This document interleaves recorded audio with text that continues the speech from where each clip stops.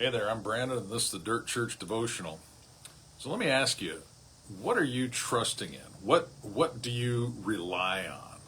What is your go-to? In Psalm 20, verse 7, David said this. He says, "Some trust in chariots, some trust in horses, but we trust in the name of the Lord our God." So hang on to that for a minute. Just this last week, I was doing the Oregon Backcountry Discovery Route, me and a couple other buddies, riding from New Pine, California to Walla Walla, Washington, all on back roads, dirt roads. And great time. We took off. We left here on Sunday, started out at Lakeview Sunday night, got up Monday morning, went down to New Pine, and then hit the trail. Day one, awesome. The views were great. The trail was great. It was dusty, but had a great time. Day two, out of Christmas Valley, started out pretty good, but then it got really hot. We're out in the middle of the desert. There's no trees, no shade. In fact, I took a picture of the only tree that I saw all day.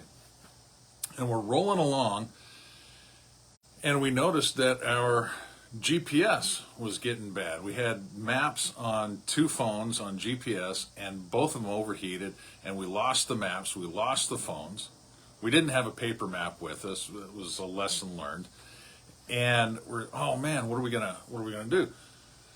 Well, let's just keep going the last direction that we had, on the map. And I had a little power pack with me, and so we were able to start charging one of the phones up and keep it cool. Anyway, we're going along, and then one of my buddies gets a flat tire. All right, well, we've got spares, so we pulled out another tube, and as he was installing that tube, got a hole in it. So now we've got two flats.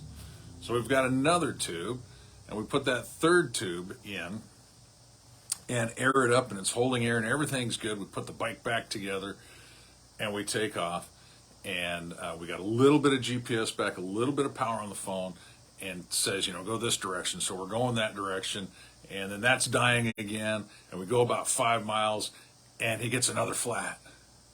And we're out in the middle of nowhere, and it's 100 plus degrees, and we're running out of water, we're running out of patience, we're running out of joy, oddly enough. And, what do we have? What choice do we have? We don't have any choice other than to keep going.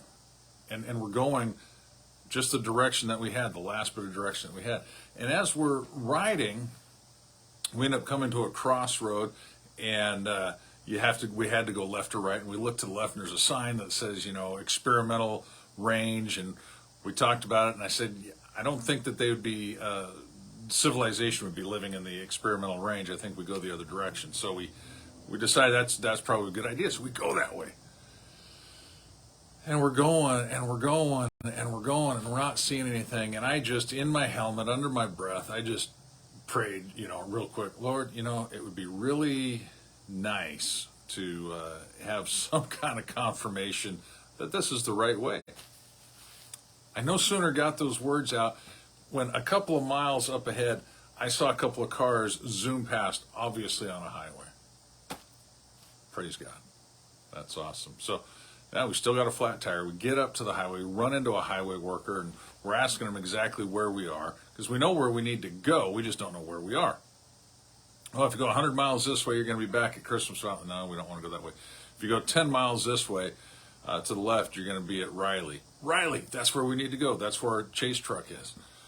So we're all excited. We hit the highway. We ride 10 more miles. My buddy on his flat tire now, he's about 20 miles on a flat tire. Get in there. I don't know if you've been to Riley, Oregon. It's a gas station and a post office. No bike shops. No repair shops. We get rehydrated. We get fuel. We actually get the bikes in the van. We make some phone calls. The next town that has a tire store is Burns, Oregon, about 45 miles away. There's no bike shops in Burns. But we call the one tire dealer, and now they don't stock motorcycle tires, but we give them the size.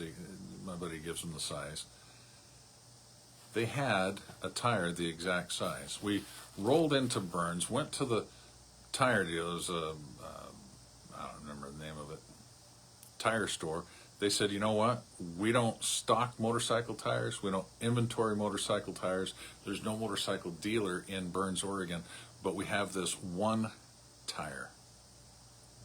It happened to be the exact size that my buddy needed for his bike. Not only was it the exact size, but it was a high quality brand tire for desert terrain. Some trust in horses, some trust in chariots. We will trust in the name of the Lord our God. Not only did he get us off the desert and exactly to our truck, but he had a tire waiting for us that was a perfect size and a shop that could fix the tubes that we had put holes in. I was reminded of a couple of things. One, in Genesis chapter 22, when Abraham was told by God to sacrifice his son Isaac, and he had said, well, God will provide. When Isaac was asking about the sacrifice, God will provide. God provided an animal for the sacrifice. He had to go through the trouble of tying his son up and getting ready to sacrifice him, but he was stopped. And it was at that point that he began to refer to God as Jehovah Jireh, my provider. And he said, on the mountain of the Lord, it will be provided.